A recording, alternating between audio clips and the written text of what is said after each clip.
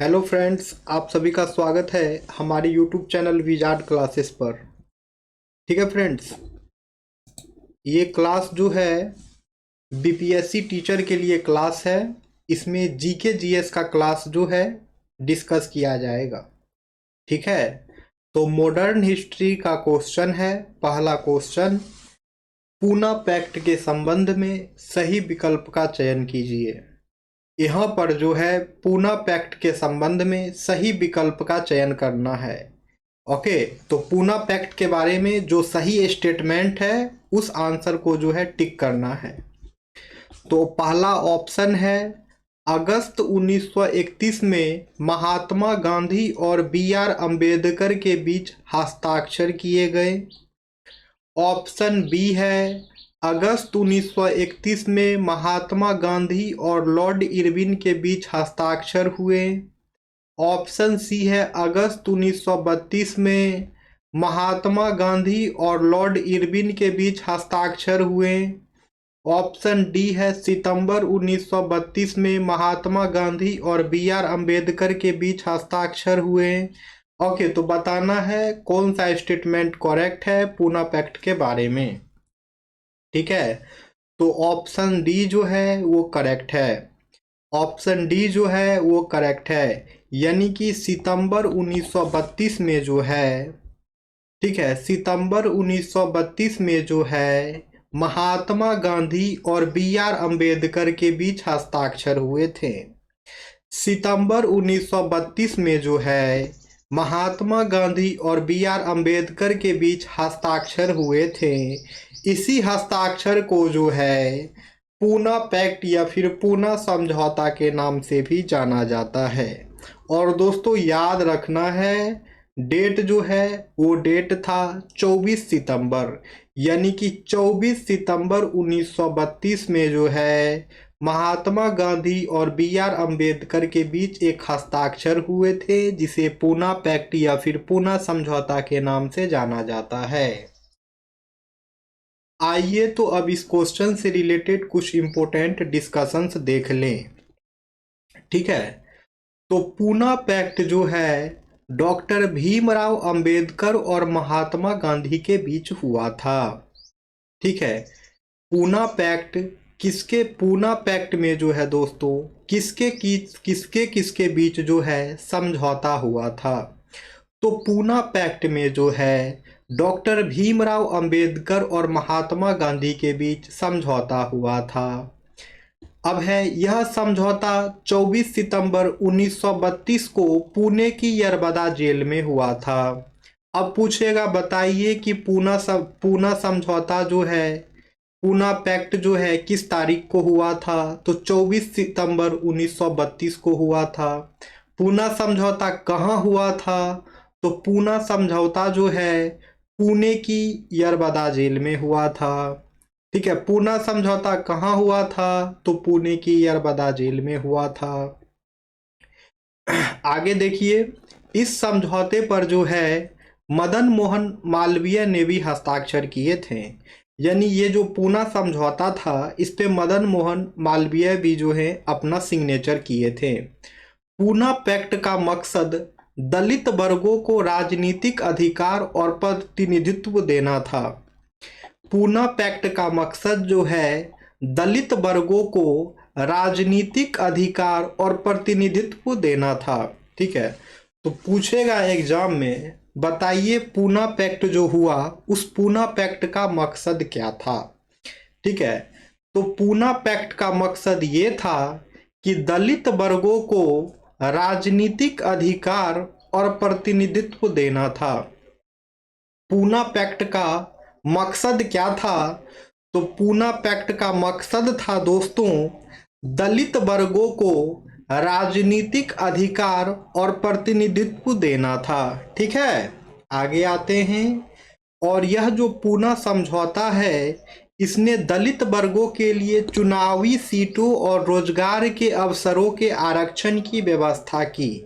Okay, जो important points है दोस्तों उसे ही हम 2-3 बार रिपीट करेंगे, बाकी जो भी लाइन्स हैं उसे बस ऐसे पढ़ते चला जाना है, क्योंकि जो एग्जाम पॉइंट ऑफ व्यू से ज़्यादा इम्पोर्टेंट है उसी को रिपीट करना ज़्यादा ज़रूरी होता है। बाकी को एज ए थ्योरी पढ़ के चला जाना है, बस जानकारी होना है। तो देख लीजिए आगे। पूना पैक्ट ने संयुक्त निर्वाचन प्रणाली की अवधारणा को स्वीकार किया था।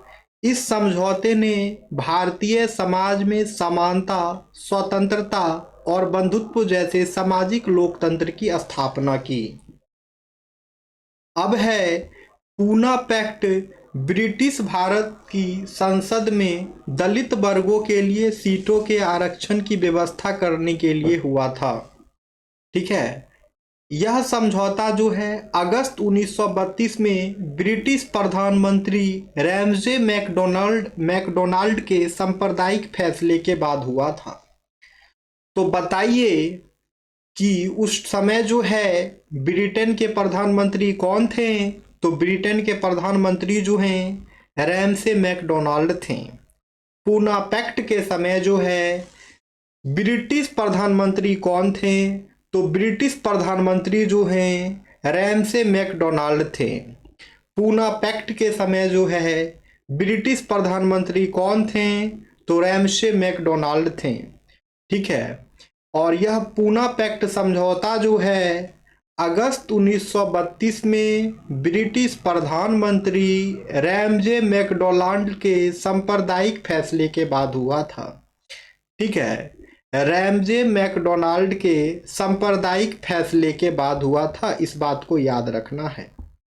इस समझौते ने गांधी जी द्वारा जेल में किए गए उपवास को खत्म कर दिया था।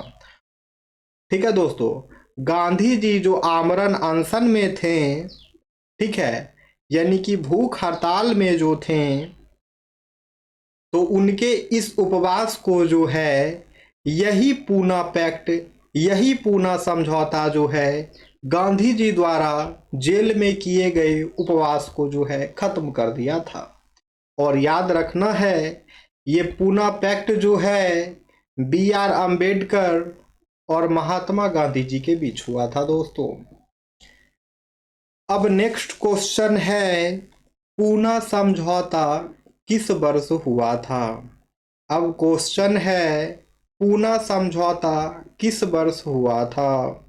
ऑप्शन ए है 1912, ऑप्शन बी है 1922, ऑप्शन सी है 1942, ऑप्शन डी है 1932। दोस्तों इसका करेक्ट आंसर जो है वो हो जाएगा 1932।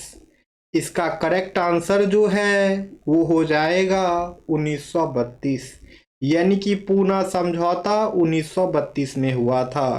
पूना समझौता जो है दोस्तों वर्ष 1932 में हुआ था। ठीक है, और पूना समझौता का डेट क्या था? तो 24 सितंबर 1932। 24 सितंबर 1932 को जो है पूना समझौता हुआ था।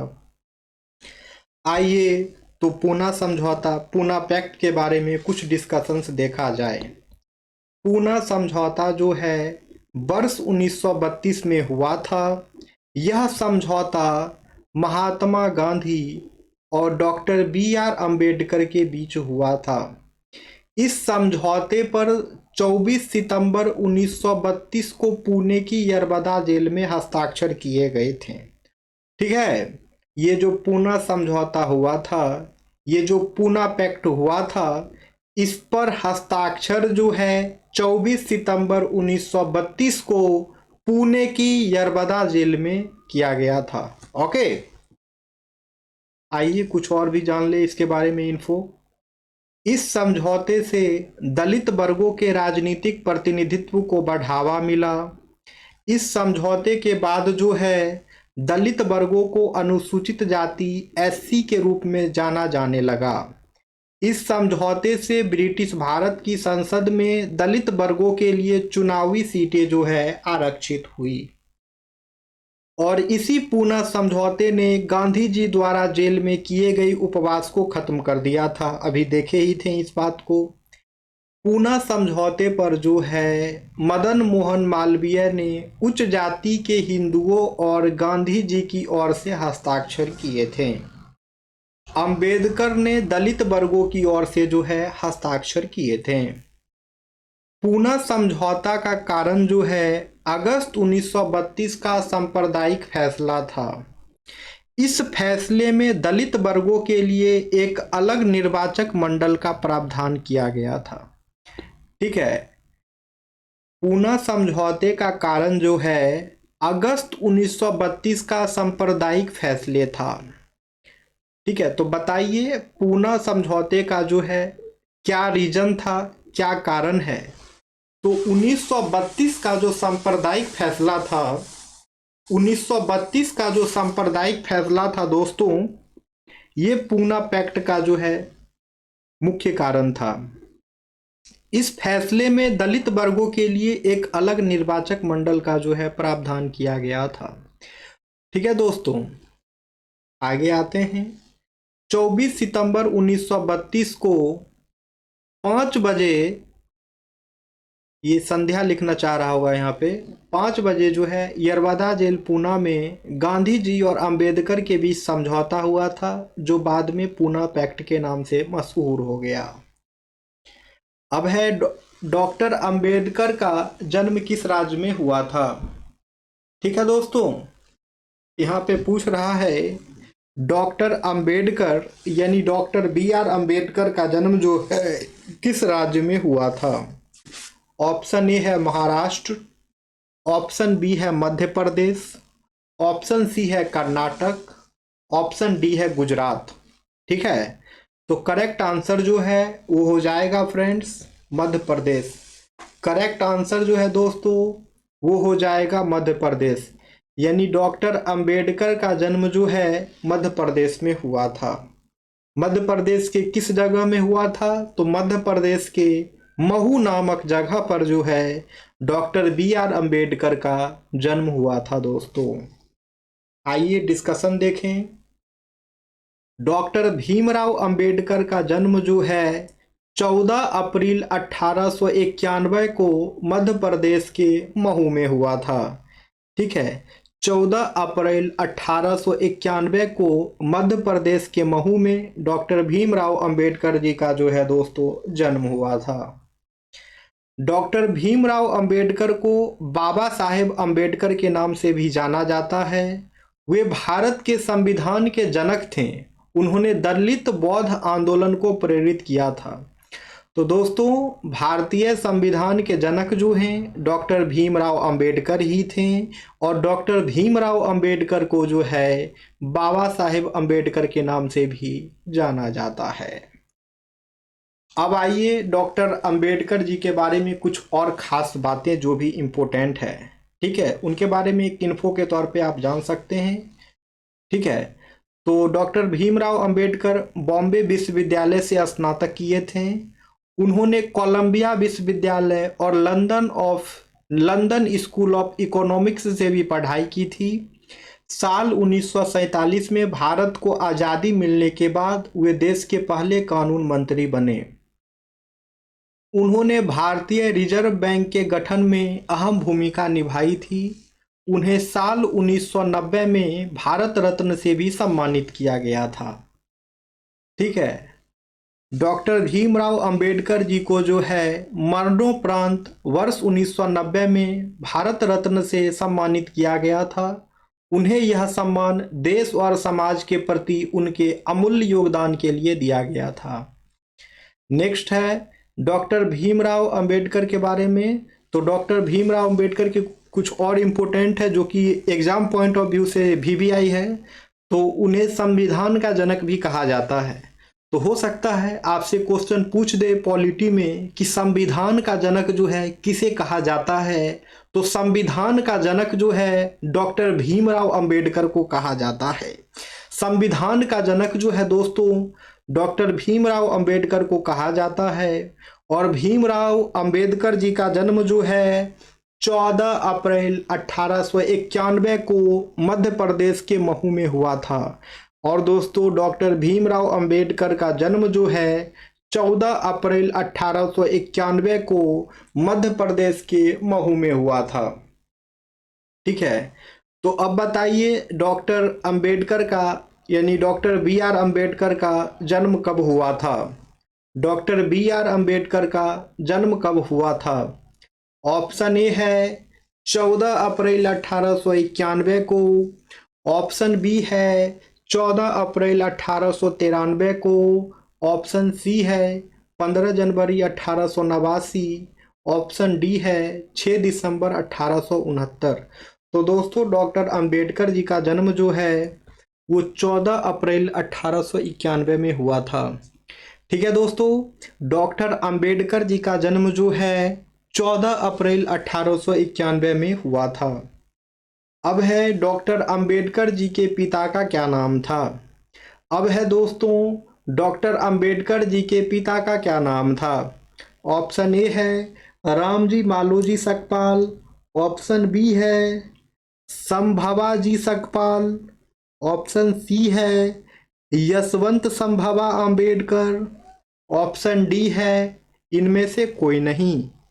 करेक्ट आंसर जो है वो हो जाएगा दोस्तों रामजी मालोजी सकपाल।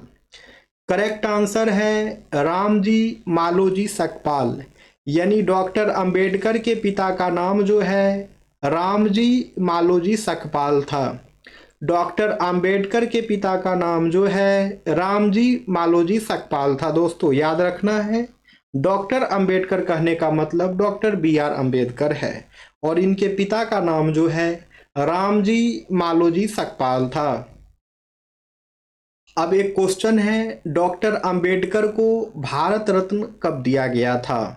ठीक है, डॉक्टर अंबेडकर को जो है भारत रत्न कब दिया गया था ये पूछा जा रहा है।